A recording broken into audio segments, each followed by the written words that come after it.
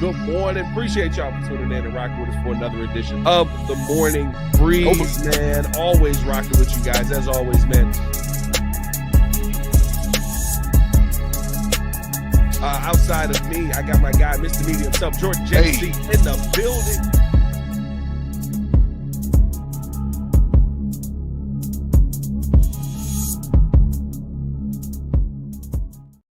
Can you hear us now? Hello, boys. Hey, we back? Can you got us? Yeah. Oh, there we go. I hear the audio, ladies and gentlemen. Goodness gracious. Let the music play. That was weird. I think Kyle Shanahan tried to mute StreamYard. No, it was Kyle Shanahan. You Kyle Shanahan. We knew it. You ruined it. That was random. There was nothing we could do for that either way. I'm just like, I can't fix that. That's I don't know. Jesus. Well, appreciate you guys for tuning in and showing love. As always, man, hit that like button, subscribe to the page, leave a 5-star review. Y'all know what to do. Yo! We heard from Dan McNeil yesterday about the Chicago Bears' top 4 coaching candidates. If you didn't tune into yesterday's podcast, make sure you check it out. He did put a report out on his top 4 candidates that the Chicago Bears, his sources have said the Bears have. And I want to go through each one and break down the pros and cons of each one of those coaches. Because listen, for every bit of good we got, there's a little bit of bad. You know what I mean? There's a little bad. A little negative. A little negative. And you got to take a look at every single one of those coaches, man. Appreciate you guys for tuning in and showing love. Hit that like button, subscribe to the page. Leave the 5-star review. Y'all know what to do. Ladies and gentlemen, the date is 12/10/2024. It's 7:07 in the morning, and Kyle Shanahan's not coming. Dang it. Let's go. Let's go. Big vibes. Yeah. We gonna be all right. We just gonna bear down. Bear down. Oh, God. Sick of bearing down on this thing, man. Every good dang turn. Appreciate y'all for tuning in, showing love, man. I need y'all to go ahead and do me a favor out there and come on. Mm-hmm. Push the button. Come on. Push the button. Come on, push the button. Yeah, come on, push your button. You heard what she said. y'all heard what Sue Young said. Push the button, man. Push the button. So she said she was so excited about the Very button. animated. Yeah. Push the button. Blow us all up. JC, what's going on with you, my guy? You feeling What's up, my boy? Man, feeling good, man. You got to get a good coach, man. I'm still on the Thomas Brown train, but hey, here we go. I'm still. Hey, it's only one game, but if that goes off the rails quickly, we got to get one of these guys in the building. Yeah, listen. I mean, the good thing, and I think the thing that we all agreed on yesterday's episode was that there were the fact that the Bears are deeply connected to these names fairly consistently. Tells you that the Bears are willing to spend a little bit of money on their next head coach, especially when you start things off. Let's start off with Ben Johnson here. I mean, he's one who BJ. All right. When you talk about Ben Johnson's pros and cons, I think the biggest con that most people are going to look at is the asking price with no experience. You know what I mean? I mean, we saw yesterday that it was put out kind of across all city, which is basically the group that owns CHGO and those companies, that, I mean, 15 million is kind of his minimum. That's his base where he's starting at. And you don't know if you're going to get there. But realistically speaking, when you talk about the pros of what he can bring, you're getting that innovative offensive mind. We've seen that offense firsthand look good, although in the second half, big questions. That could be a con. In the second half, we've seen him kind of take the foot off of the gas when he think he's got the game. QB development, he's paramount. Jared Goff was done. Yeah. In my mind. It was like, yeah, he's a dude. He's a quarterback. He's going to be I always said he would be not a Jameis Winston. He would be a Jimmy Garoppolo type of QB. Oh, Jimmy G. Okay. You can win a lot. Yeah. In the But season. you're not going to win because of him. Kirk Cousins. He was the Kirk Cousins of Jimmy I'll Garoppolo. take the mid-level player. Yeah, the mid defender. Happy kid. When you talk about play calling, I mean, he's everything that you want and more from an offensive play caller, and he's one of those young and upcoming names. Those would be my pros for him. I mean, when you talk about this new wave of coaches coming in, Ben Johnson is the prototypical type of guy that you want in the organization. But for the asking price that is being reported that he wants, he's got a heck of a lack of head coaching experience. None. He's never managed a team where you've got to manage the team. He does seem like one of those offensive guys that thinks that his scheme is holier than thou and you need to follow it. As far as offensive specialists and things like that, like who's he going to bring in?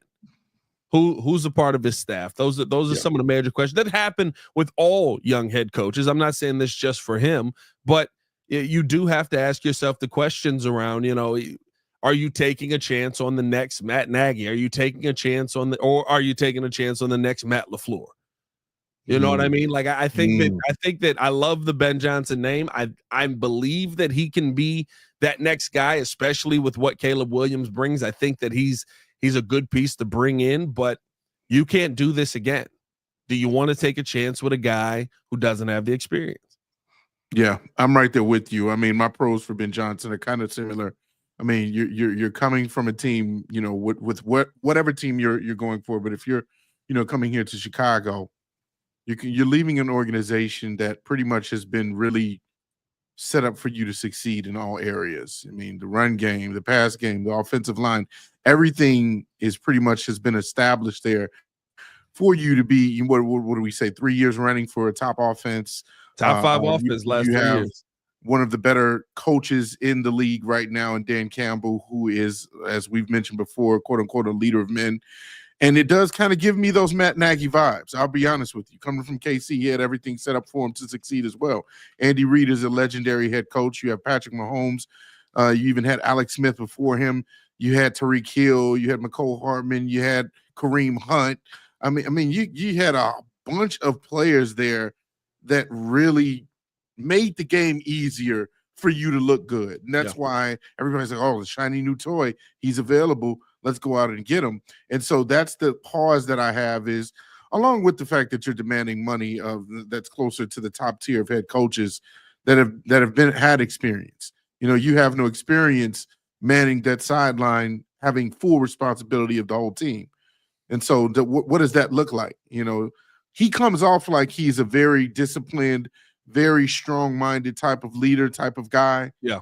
But we still haven't seen it. And here's the one con that's very alarming to me, because you kind of mentioned it as far as him being stubborn with his scheme and his play calling. One thing I did know that I just found out or looked up is that he cited that his offensive scheme is influenced by Kevin Rodgers, Darrell Bevell, Adam Gase, Clyde Christensen, and Mike Martz. 2 names alarm me in there because they've been associated with the Bears in a bad way. Adam Gase and Mike Martz. Adam Gase with the Bears wasn't bad. Well, I'll say this. They were stubborn. Jay to stop throwing interceptions. Yeah, but Jay also told Mike Martz to go F off. Mike Martz, he said, he kept calling 7-step drops when the O-line could only hold up for 3-step drops. Yeah. So, like that was the thing, is Mike Martz was so stubborn in his ways. And so are you bringing in a guy who thinks, and because of his track record, he's like, I know how it looks. I know how it should go because I've been there and done that, so I'm just going to play call the way I want to play call? Or do you adjust to the actual team that you have? Because you're coming into a situation where you will not have the best offensive line. You're coming to a situation where you will have a really good quarterback, but a rookie quarterback, and I'm an up-and-coming quarterback. Obviously, he has way more talent than Jared Goff. He has way more potential than Jared Goff. But, I mean, Jared Goff has everything around him to be that efficient quarterback, to be that quarterback that can only has to take 20 passes because he has a really good run game. We don't have a really good run game. We got decent receivers. Like, we got question marks all over the place where it's not perfect like the setup in Detroit right now.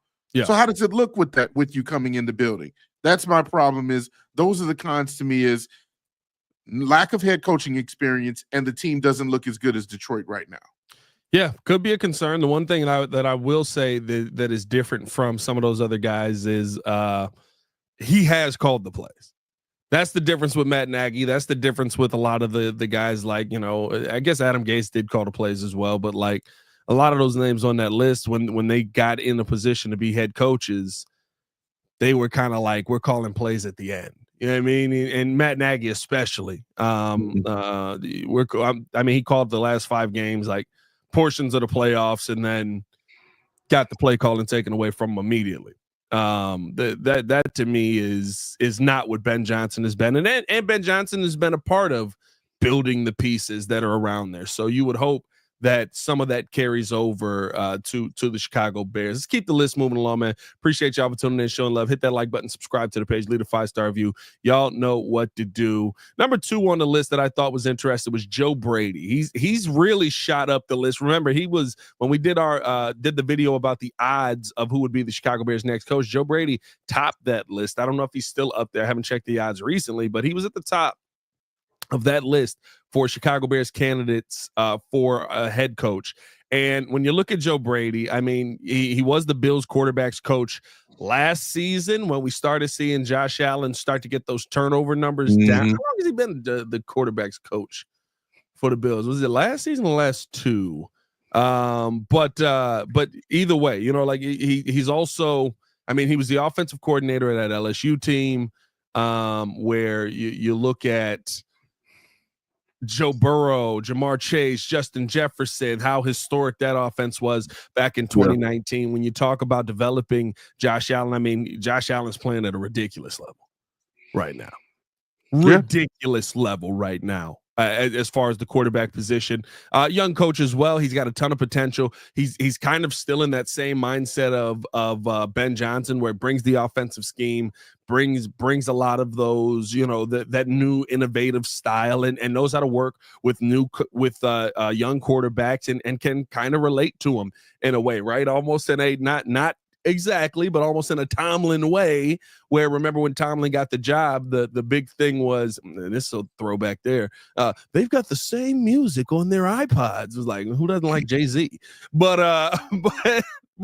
to me, the cons for him, I think you would have to look at as, again, the inexperience. Hasn't been a head coach.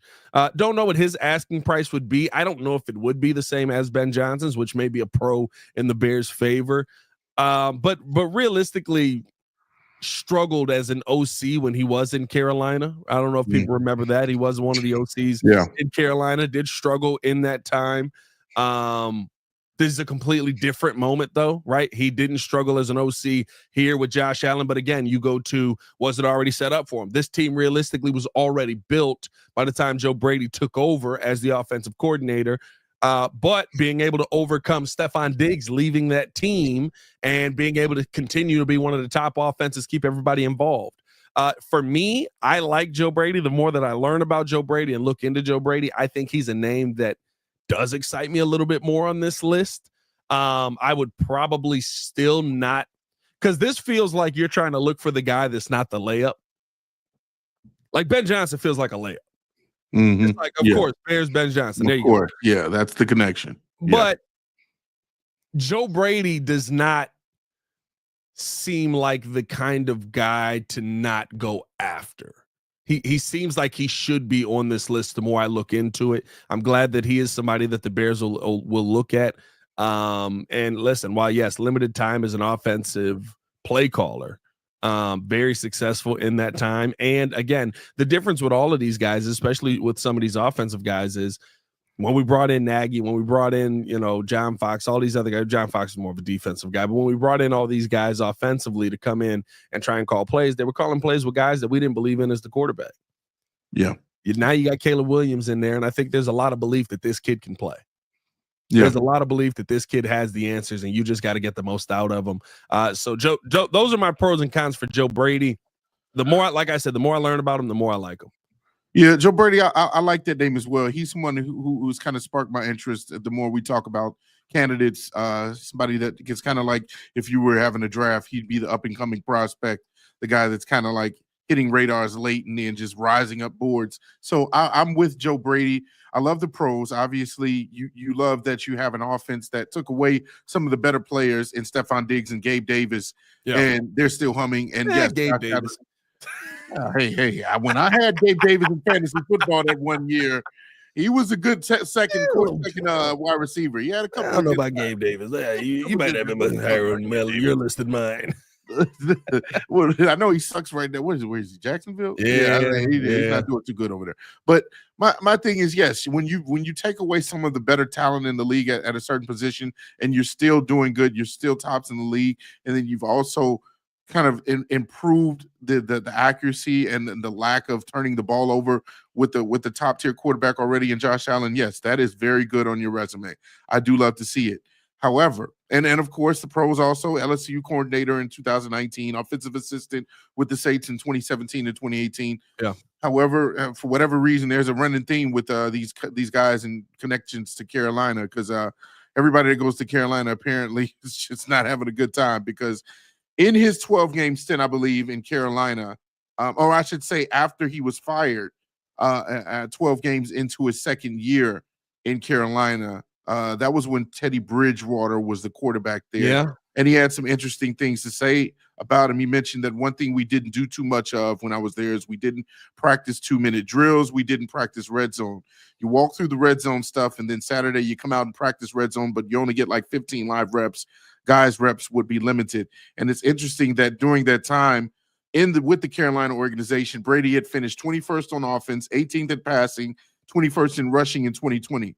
The next season, they wound up 30th in offense, 29th passing, and 20th in rushing.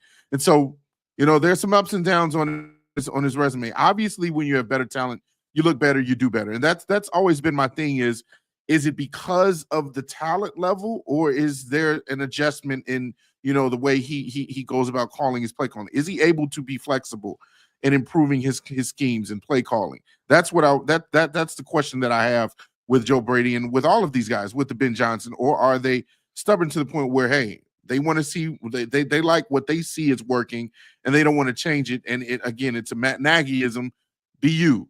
So are you going to be you and go down with the ship, or are you going to come here and you're going to adjust to the players that you have here in the organization? I do not think that he's going to be as much of an asking price as Ben Johnson, because he doesn't have the current resume that Ben Johnson does, as far as the continuity with the Detroit offense being tops in the league.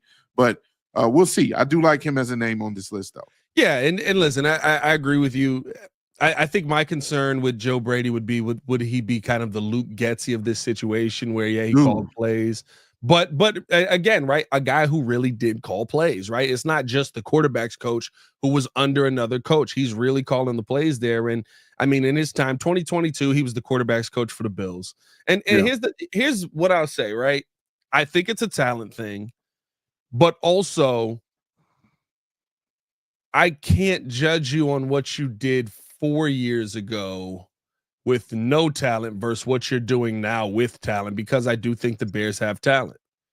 And if we're being real on this, right, Josh Allen, in his time last season, when Joe Brady kind of took over as interim, we started to see the interceptions go the other direction. Remember, he had that stretch where we're like, he ain't throwing picks no more. Kind of comes in when Joe Brady's out there.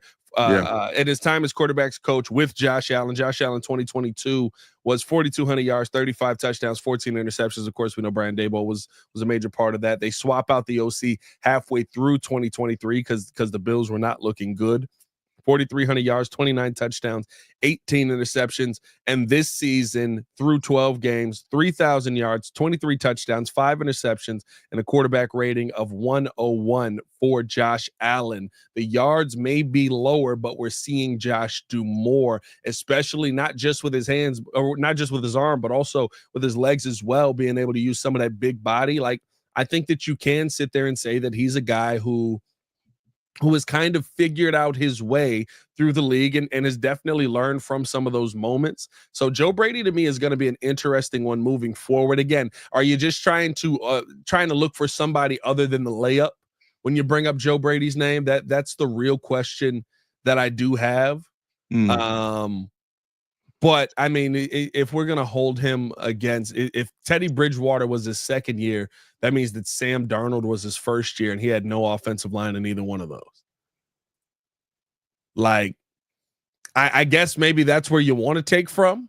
Maybe that's where you want to have the most concern. Right. But I don't know if this is a team that has that little bit of talent and that struggle of a quarterback play.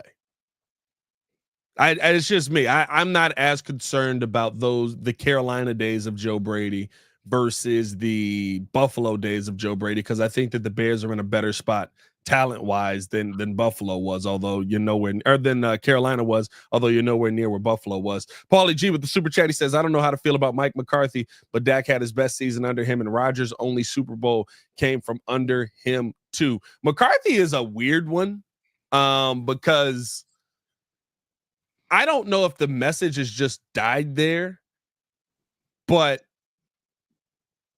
he has had his best. I mean, Dak has had MVP moments with McCarthy. He has.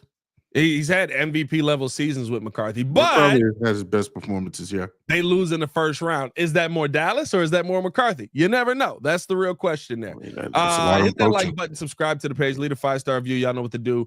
175 over on the YouTube side, man. I think we got like 40 likes on the video, so let's get those likes up. If you're over on the Twitter side, man, or the X side, hit that retweet button, man. Appreciate y'all for tuning in and showing love. We got 31 likes on the video. Y'all giving us that Flus energy.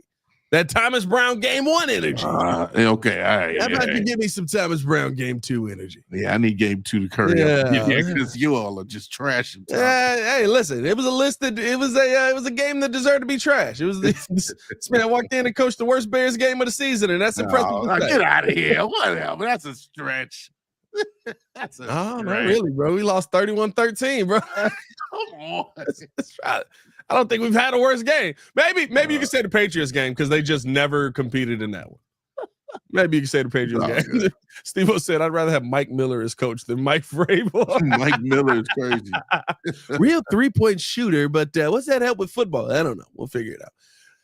Giving that right, Eric. They're giving us that Chris Morgan energy this morning. We don't want that. They coming through without hitting the like button, just like they come through on Caleb without touching an offensive lineman. Appreciate y'all for rocking with us, man. Hey, we're going to take a quick break, listening to a word from our sponsors. When we come back, we got to talk about the Chicago Bears, 2 other names that were on this list.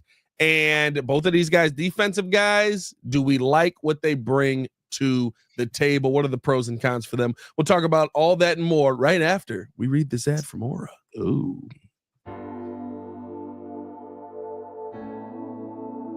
Appreciate you guys for tuning in and watching the show. Today's episode of the podcast is brought to you by Aura. Have you ever done a Google search on your own name? You'd be surprised what pops up. Your full name, email address, home address, health records, your relatives. It's all out there. And that's why I've been using Aura, the sponsor of today's video. Aura shows me which data brokers are selling my information and automatically submits opt-out requests just for me. Cleaning up my information not only helps reduce the amount of spam I get, but it protects me from hackers who could use that information to help them access my social media, bank accounts, and other sensitive information. It's really simple to set up. I don't have to download several apps or go to things like antivirus, VPN, password management, parental controls, identity theft, but you can get all of that in one place with Aura. I get everything at one affordable price as well.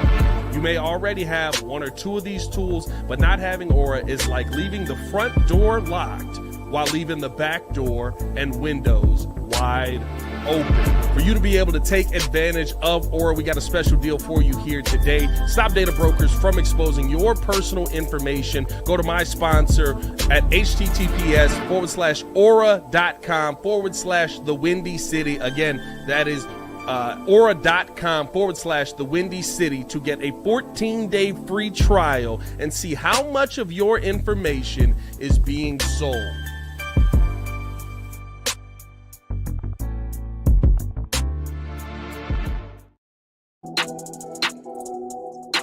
Welcome back. Yep. Nation, are we Appreciate y'all for tuning in to Show and Love, man. Hit that like button, subscribe to the page, leave a 5-star review. Y'all know what to do. We are reacting to the top 4 candidates, pros and cons that the Chicago Bears have. We heard this from Dan McNeil yesterday that these were the Chicago Bears' top 4 candidates on their list, that there would be more people that they would probably end up interviewing, but these were the 4 that the Bears really had their eye on. Let's keep this thing moving along, man, because we've talked about Ben Johnson. We talked about Joe Brady. Now we got to look at some of those defensive names, boys. Let's start off with the big one. The big boy himself. Mr. Vrabel. Mr. Tricks Bill Belichick in the playoffs. He's got it, right? He's got Bellissimo said Flus like get added to the show when it's over. Do it now. Do we add Flus to the podcast? Do we add Flus to the podcast? Is that what you're saying here? I don't know about all that. Do it now. Get to it now. Then all of a sudden our numbers just start declining. A generational loser. But no, man. I've said some wild things about Flus. He ain't coming on this show. All true, but still wild. Wouldn't give us anything anyway. Mike Vrabel as a head coach. I mean, listen, good defensive guy. I'd rock with Flus. Mike Vrabel as a head coach and candidate for the Chicago Bears. I think he's at the top of a lot of people's list because of what we saw under or from that Tennessee Titans team while he was the head coach of that. When you talk about a leader, a guy who's a leader of men, if that is what you're into, he's a proven leader. He's a guy that can go out there and get the job done with limited talent. If we want to be honest with it, I mean, Ryan Tannehill. Who knew? You know what I'm saying? When you talk about defense, you know, he's a guy that brings a defensive identity. Yes, he is a defensive coach, but he's a guy that is always going to bring that defensive identity that you're looking for to the Chicago Bears, and he's somebody who I think ends up being respected by the players no matter what. I think that he is probably more of that Mike Ditka dictator type. You got to say that. All right, you're right. You got to say that fast. All right. Or be careful around that. I don't know if you can say that fast, but you know, he also is the only guy on this list with playoff experience, which makes a big difference, and made it far in the playoffs. Now, the part that kind of is a struggle is you haven't seen those dynamic offenses with Mike Vrabel at the helm.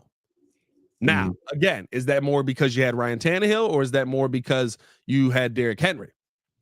And it's a lot easier to just turn around and give the ball to Derrick Henry than it is to trust Ryan Tannehill's arm. I think that the other concern is who's he going to bring in as that OC? Is he going to bring in a guy who's going to be a little bit more aggressive offensively? Is he going to bring in a guy who's going to be kind of what we saw in Thomas Brown and what we want more from this team? Is he going to be that guy who can bring in an aggressive offensive play caller and allow that guy to be himself? And also the fact that, listen, his winning record is without a doubt, when you talk about some of the cons here, it's tied to Derrick Henry.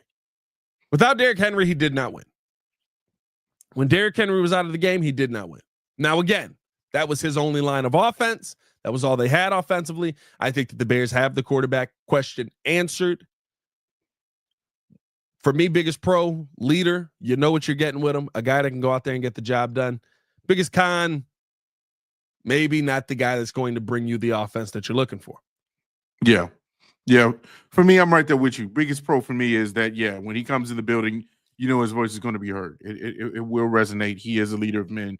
That's without a doubt. He has the head coaching experience. His resume is very, very good. Even with less talent, like you said, at quarterback. I mean, success with the Titans, AFC Championship game in 2019, 2 AFC South titles in 2020 and 2021, Coach of the Year in 2021. And so those are very good things. When you're a Coach of the Year, I mean, that's what you want. You want somebody that knows exactly how to lead men and is experienced in that department. Very good delegator. I also question whether or not what will he bring with him? Like what sort of like team or coaching staff he will bring with him. But I believe that he is someone who, when it comes to the deficiencies on the Bears, such as the offensive line, will get that straight. That's one thing that I trust that he'll probably be very good at, is seeing what the offensive line needs to, where they need to improve, and being a part of getting that together. Some of the cons, I don't know what his demanding power will be. I know Ben Johnson talked about 15 million to 20 million or whatever. I'm not sure if Vrabel. Ben Johnson might F the coaching market up, dog. Bro, if Ben Johnson gets 15 with no experience, what's Vrabel getting? Vrabel's gonna be like, I want to be the highest paid coach. Give me 25. 25. Ben Johnson's asking for 15, bro. Mike Vrabel's walking out of there with a bag. Right? Do you see my resume? He's just gonna throw his paper on the table. Look at what I've done already. Hopefully, it's just his paper. Not his Powers Johnson. Mike throws his Powers Johnson on the table. You never know. Do all that. Yeah, he's like, I'm coming in strong, baby. Oh, like hard. And then of course the coaching style, like you mentioned, he leaned heavily on his running game because he had the best running back in the league at the time in Derrick Henry, who's still really good. But I mean that's who you leaned on. Like you said, you didn't really have a lot of really good options outside of that. Ryan Tannehill was a serviceable quarterback.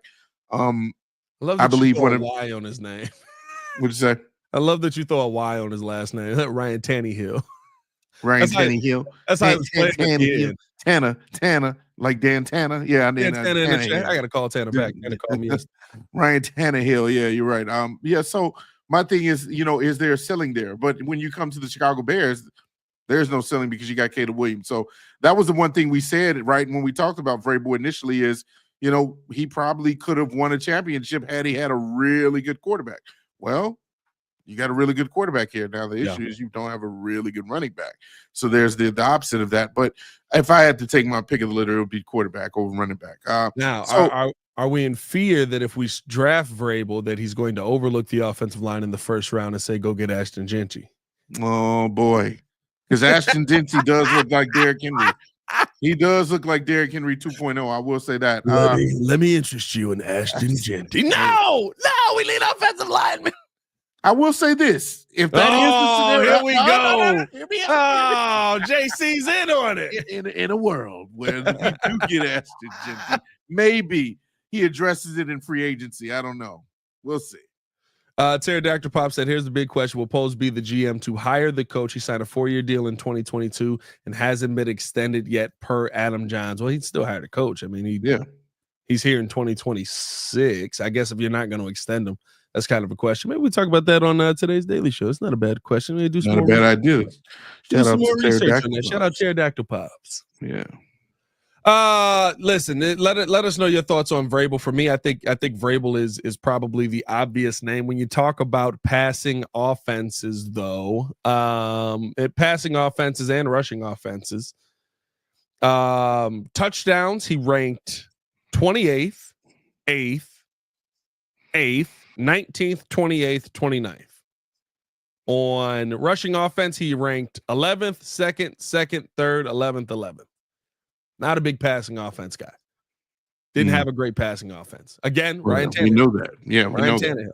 It's limited. So it does make a difference. It does make a difference. Let us know your thoughts in the comments below on Mike Vrabel. Let's finish it out with this one because this is the name that seems to be popping up on the list that I probably hate the most. I'm not gonna lie to you. I get like the people love to give this dude another shot. I think the situation from the first stint of coaching would scare me away. And there's Brian Flores, who's currently the Vikings DC, the king of the zero blitz. Listen, defensively, you're not going to get anybody better. He's an elite defensive mind. He is going to give you a top 10 defense in this NFL. He's going to find those top 10 defensive guys. I think as a disciplinarian and somebody who is that leader that's able to go out there and keep guys in line, he brings that structure. He holds people accountable. The Bears could use that badly. Accountability has been the main word. But as far as head coaching experience, I mean, I guess he did kind of turn the Miami Dolphins around, going from 5-11. He had back-to-back winning seasons, both of them 9-7, I believe. And defensively, you know that he's going to be able to tailor his scheme and adapt his scheme to whatever, the offenses that he's going up against are throwing at him. And he will make second half adjustments. I do know that much. Mm-hmm. Biggest con for me with him is never found a good OC in Miami. I mean, the offense in Miami was so up and down. I mean, like this feels like a clear Bears hire, which I think scares me the most. The personality itself, as much as we talk about the disciplinarian and the guy holding people accountable, there's a fine line between accountability and dictatorship, and he crossed that line, I think, once too often. My biggest concern with him was the fact that his quarterback hated coming to work, a quarterback who, when healthy, is one of the best quarterbacks in the NFL. And Brian Flores looked at that guy and basically said, you can't play football in this league. Another one of my cons is him as a talent evaluator because of that. There's no way that there's no way somebody else looked at it and went, I can fix that, and actually did it. Like every coach does I can fix it.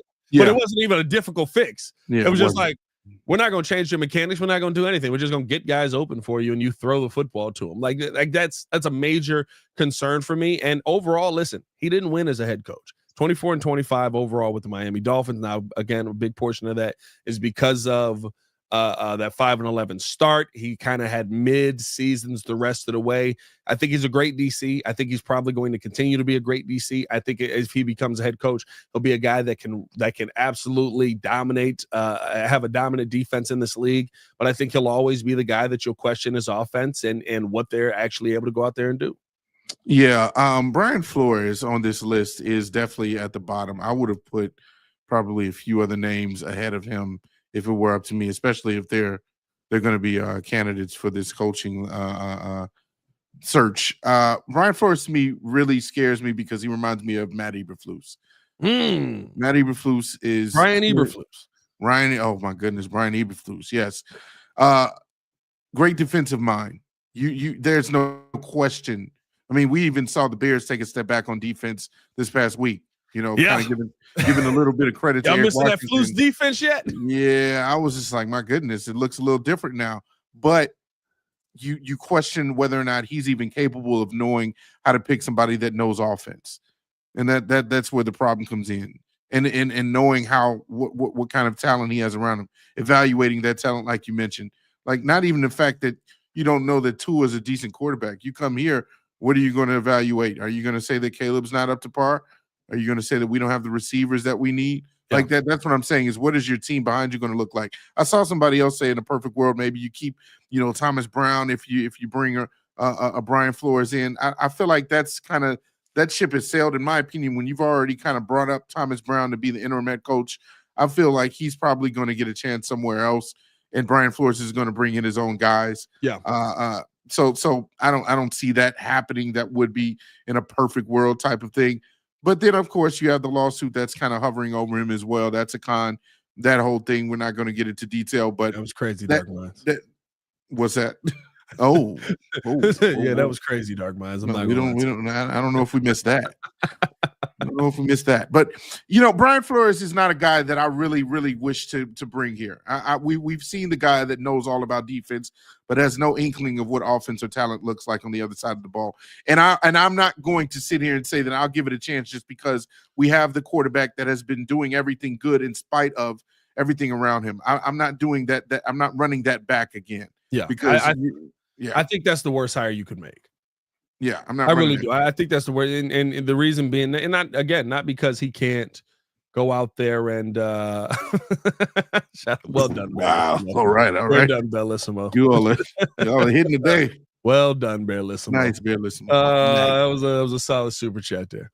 But no, I think because it's not because I don't think that he can go out there and coach defenses and coach dominant defenses and have them, win you a lot of games. I mean, he went 10-6 his second year. He went 9-8 his third year there, and was fired after the 9-8 season due to everything else that went down around that team, which I think there's some chicanery there.